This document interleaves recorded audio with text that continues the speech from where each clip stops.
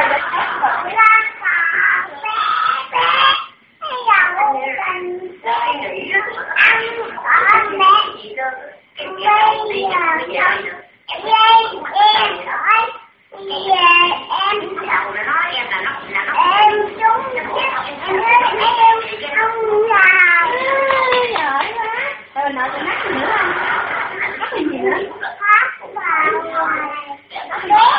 rồi. Họ có hát bài gì ai nổi cháo cái thực sự mà đấy không là không phải ai nổi cháo